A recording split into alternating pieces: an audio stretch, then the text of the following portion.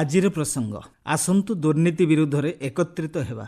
ଆଲେଖ୍ୟ ଆଞ୍ଚଳିକ ସମ୍ବାଦ ବିଭାଗ ଉପସ୍ଥାପନରେ ମୁଁ ମହେଶ୍ୱର ସାହୁ। ଦୁର୍ନୀତି ବା ଭ୍ରଷ୍ଟାଚାର ଏଭଳି ଏକ ବ୍ୟାଧି ଯାହା ସାମାଜିକ, ରାଜନୈତିକ ଏବଂ ଅର୍ଥନୈତିକ ସ୍ତରରେ ବିଶ୍ୱର ପ୍ରାୟ ସବୁ ରାଷ୍ଟ୍ରକୁ ପ୍ରଭାବିତ କରିଆସୁଛି।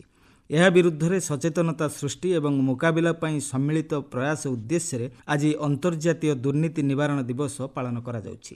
2003 ଅକ୍ଟୋବର 31 ତାରିଖରେ ଜାତିସଂଘ ମହାସଭାରେ ଏହି ଦିବସ ପାଳନ ନେଇ ନିଷ୍ପତ୍ତି ଗ୍ରହଣ କରାଯିବା ପରେ ପ୍ରତିବର୍ଷ ଡିସେମ୍ବର 9 ତାରିଖରେ ବିଶ୍ୱବ୍ୟାପୀ ଅନ୍ତର୍ଜାତୀୟ ଦୁର୍ନୀତି ନିବାରଣ ଦିବସ ପାଳନ କରାଯାଉଛି।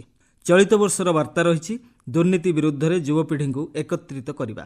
ଦୁର୍ନୀତି ବିରୁଦ୍ଧ ଲଢ଼େଇରେ ଯୁବଶକ୍ତିଙ୍କୁ ସମ୍ପୃକ୍ତ କରାଇବା ହେଉଛି ଏହି ବିଷୟବସ୍ତୁର ମୂଳ ଲକ୍ଷ୍ୟ।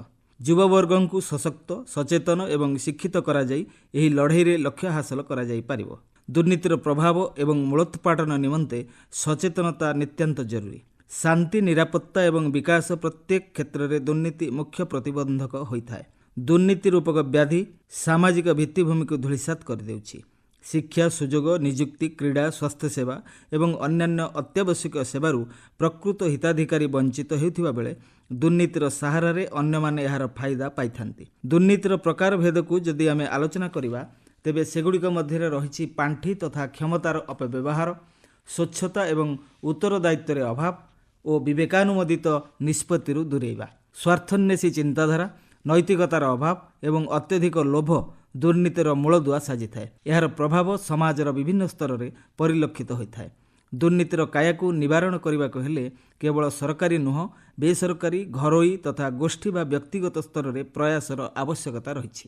ସାମାଜିକ ସମୀକ୍ଷା, ପ୍ରଯୁକ୍ତିବିଦ୍ୟାର ବ୍ୟବହାର, ଦୁର୍ନୀତି ନିବାରଣ ବିଭାଗର ତଦନ୍ତ, ଅଭିଯୋଗ ପାଇଁ ସରଳ ପ୍ରକ୍ରିୟା ଏ ଦିଗରେ ଉଲ୍ଲେଖନୀୟ ସାବ୍ୟସ୍ତ ହୋଇଛି। ବିଶ୍ୱର ପ୍ରାୟ 2/3ରୁ ଅଧିକ ଦେଶ ଦୁର୍ନୀତିର କାୟା ମଧ୍ୟରେ ବାନ୍ଧି ହୋଇ ରହିଛନ୍ତି। ଏକ ଆକଳନ ଅନୁଯାୟୀ 180ଟି ଦେଶ ମଧ୍ୟରୁ ଦକ୍ଷିଣ ସୁଦାନ ସବୁଠାରୁ ଦୁର୍ନୀତିଗ୍ରସ୍ତ ବୋଲି ଜଣାପଡ଼ିଛି।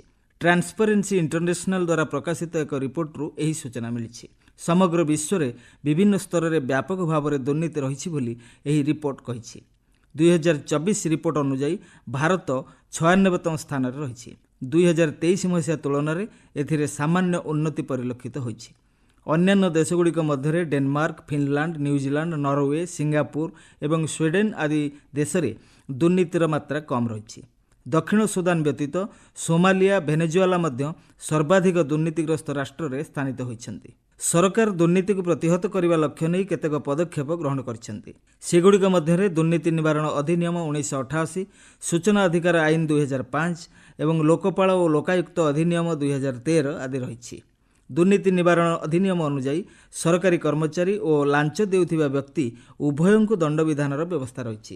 ସରକାରୀ କାର୍ଯ୍ୟକଳାପ ସମ୍ପର୍କରେ ଲୋକଙ୍କୁ ଜାଣିବାର ଅଧିକାର ପ୍ରଦାନ କରିଛି ସୂଚନା ଅଧିକାର ଅଧିନିୟମ।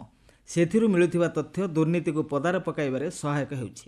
ଲୋକପାଳ ଓ ଲୋକାୟୁକ୍ତ ଅଧିନିୟମ ବିଭିନ୍ନ କ୍ଷେତ୍ରରେ ଦୁର୍ନୀତିକୁ ପ୍ରତିହତ କରିବାରେ ମଧ୍ୟ ଉପଯୋଗୀ ସାବ୍ୟସ୍ତ ହୋଇଛି। ଏହିସବୁ ବ୍ୟତୀତ ଆଉ ଏକ ଆଇନ ରହିଛି ଯାହାକି ଦୁର୍ନୀତି ସମ୍ପର୍କିତ ସୂଚନା ପ୍ରଦାନ କରୁଥିବା ବ୍ୟକ୍ତିଙ୍କୁ ସୁରକ୍ଷା ପ୍ରଦାନ କରିଥାଏ।